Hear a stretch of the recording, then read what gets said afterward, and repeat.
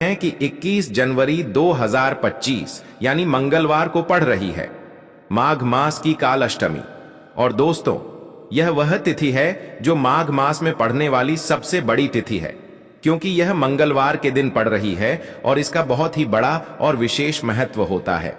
पूज्य गुरु जी ने कहा है कि अगर कभी भी मौका लग जाए और माघ महीने की मंगलवार अष्टमी तिथि को पड़ जाए तो आप लोगों को एक छुटकी काला तिल वाला उपाय तो अवश्य ही करना चाहिए। इन दोनों का संयोग बहुत ही कम आता है। इसी के साथ में गुरु जी ने अपनी शिव पुराण कथा में बताया है कि इस दिन आपको एक एक छुटकी काला तिल वाला उपाय तो आपको अवश्य ही करना चाहिए, क्योंकि ऐसा दिन पूरे साल में सिर्फ एक ही बार आता है। और दोस्तों, आप सभी लोग जानते हो कि मंगलवार अष्टमी तिथि का अगर सबसे बड़ा कोई उपाय है तो वह एक छुटकी काला तिल वाला उपाय है। तो दोस्तों, मंगलवार अष्टमी तिथि के दिन आप लोगों को इस एक छुटकी काला तिल वाला उपाय को जरूर करना है। बहुत सारे लोग होंगे जिन लोगों ने इस उपाय को ना किया हो, मतलब पूरा साल निकल गया, उन्होंने किसी भी दिन इस एक छुटकी काला तिल वाला उपाय को ना किया हो। पर दोस्तों, आपके पास एक आखिरी मौका बचा हुआ है, जो कि 21 जनवरी मंगलवार अष्टमी तिथि के दिन है। इस दिन आप लोगों को इस वाले उपाय को जरूर कर लेना है। भले ही आपने पूरे महीने भर इस उपाय को न किया हो, पर अगर आपने इस माघ महीने के मंगलवार अष्टमी तिथि के दिन अगर इस वाले उपाय को कर लिया तो आपको इस उपाय को करने का वह फल मिलेगा जिसकी आपने कभी कल्पना भी नहीं करी होगी। इसीलिए आप लोग इस वाले उपाय को एक बार जरूर कर लेना है, ताकि आप लोगों के हाथ से यह मौका ना जा सके और आपको इस उपाय को करने का फल मिल सके। दोस्तों, यह उपाय पंडित जी ने अपनी अभी की ही श्री शिव महापुराण की कथा में बताया है। जी, इस उपाय को आज हम आपको बहुत अच्छे से समझाने वाले हैं। इस वीडियो को देखने के बाद इस उपाय को समझने के लिए आपको कोई और वीडियो को देखने की जरूरत नहीं पड़ेगी। तो चलिए दोस्तों, उपाय को शुरू करते हैं। देखिए, यह इस माघ महीने के मंगलवार अष्टमी तिथि के दिन यह इतना खास होता है, इतना महत्वपूर्ण होता है। देखा गया है कभी कभी बड़े बड़े पूजा पाठ अनुष्ठान से जो मनोकामना पूर्ण नहीं होते, वह माघ महीने की मंगलवार अष्टमी तिथि के दिन एक छोटे से उपाय करने से ही आपकी मनोकामना पूर्ण हो जाती है। और बहुत सारे लोगों ने इस उपाय को किया भी है और उनको इस उपाय को करने का फल भी जरूर मिला है। अगर आप लोग भी इस उपाय को करना चाहते हैं तो आप इस उपाय को पहले अच्छे से समझ लेना, सुन लेना, उसके बाद करना। आपको इस उपाय का फल जरूर मिलेगा। और इस उपाय को कर लेने से आपके घर में चाहे किसी भी प्रकार की दुख और समस्या क्यों ना चल रही हो, आपको उसका कारण भी नहीं पता है कि भाई यह समस्या किस कारण से चल रही है। उसका कुछ भी कारण हो सकता है, जैसे पितृदोष हो सकता है या किसी भी तरह का मंगल दोष भी हो सकता है। तो इस दिन आप लोगों को यह वाला उपाय कर लेना है। ये एक ऐसा उपाय है जिस उपाय को अगर किसी विशेष दिन पर किया जाए तो भाई उस विशेष दिन का जो है वह तो हमें मिलता ही मिलता है, पर हमने उस दिन पर इस उपाय को किया है तो हमें उससे भी बड़ा फल मिलता है, और फल बहुत जल्दी मिलता है, क्योंकि आप इस उपाय को बहुत ही बड़े और विशेष दिन पर कर रहे हो। तो चलिए अब उपाय के बारे में बात करते हैं, लेकिन उससे पहले आप लोगों को यह जानना आवश्यक है कि आखिर यह उपाय किस समय करना है, किसको करना है और कैसे करना है।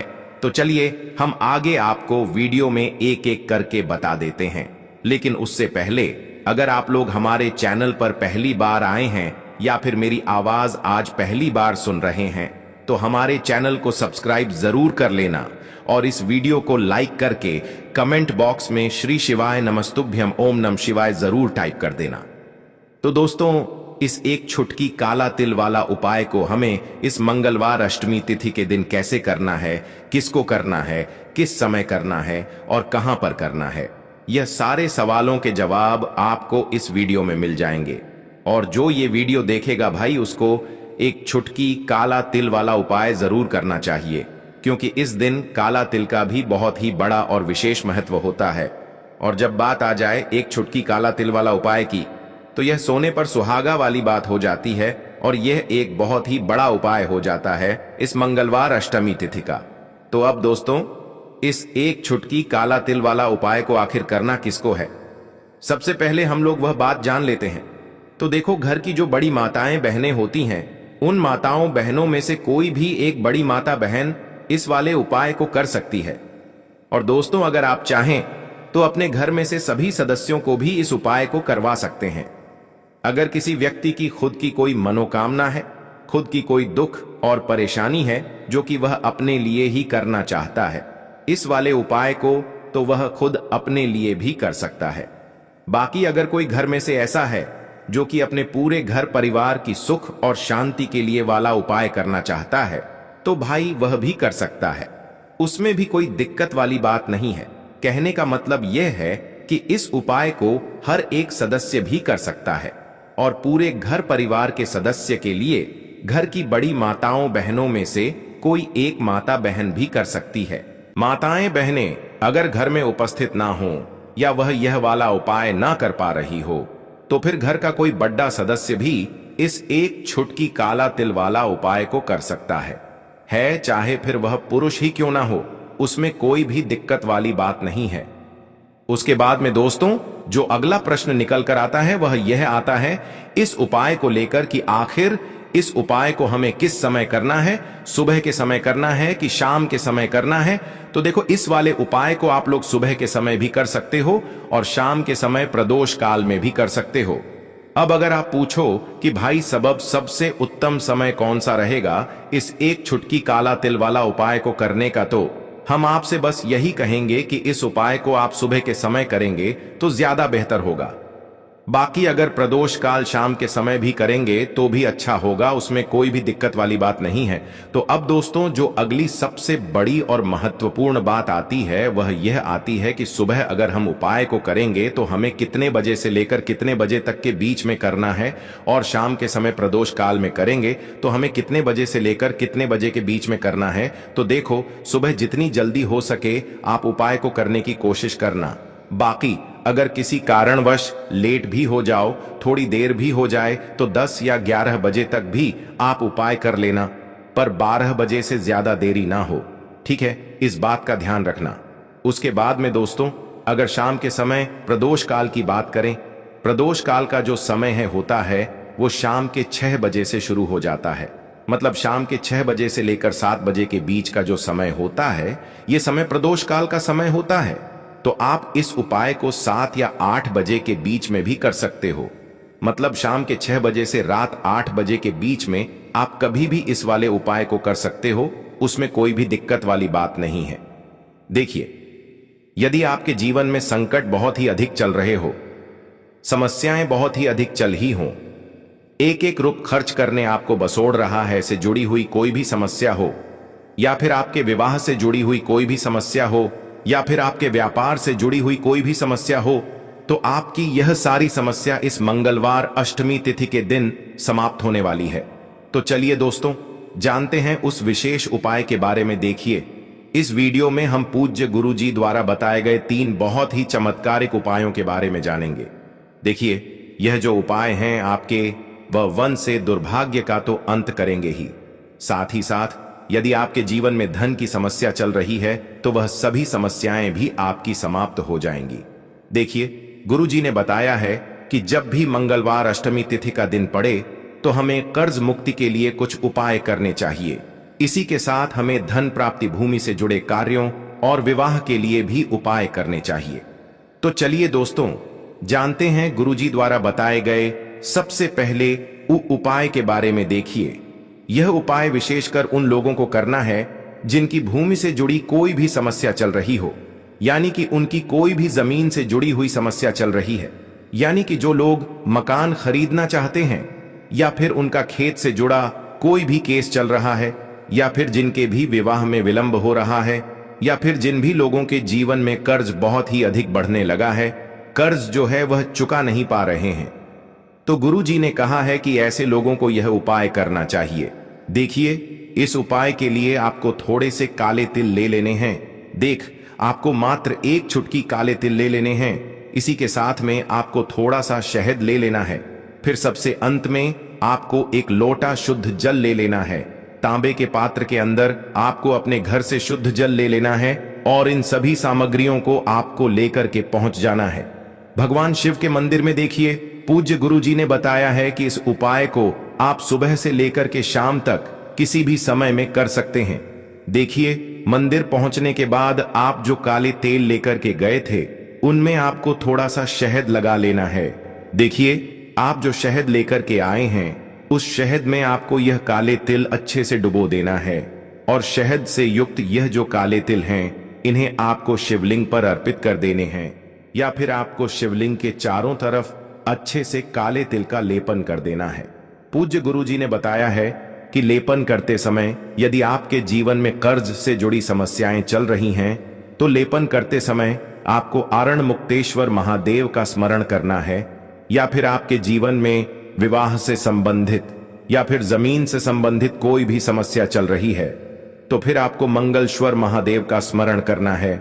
इसके बाद जो आप जल लेकर के आए हैं उसे आपको धीरे धीरे शिवलिंग पर अर्पित कर देना है तथा आपको लगातार शिव महापुराण के मूल मंत्र श्री शिवाय नमस्तु भयम इस मंत्र का जाप करते रहना है।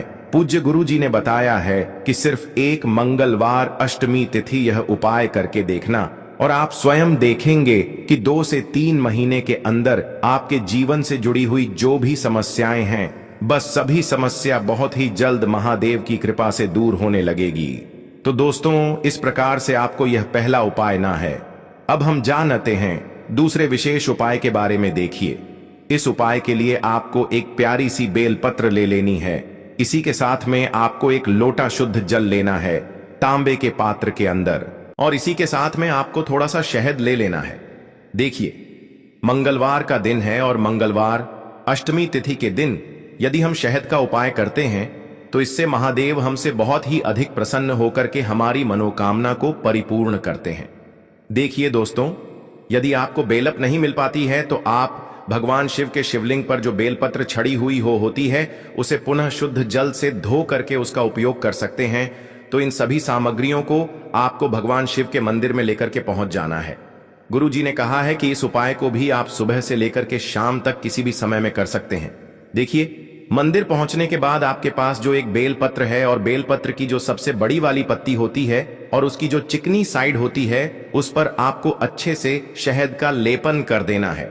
यानी कि आपको बेलपत्र की बड़ी वाली पत्ती पर, पूरी ही पत्ती पर अच्छे से शहद लगा देना है।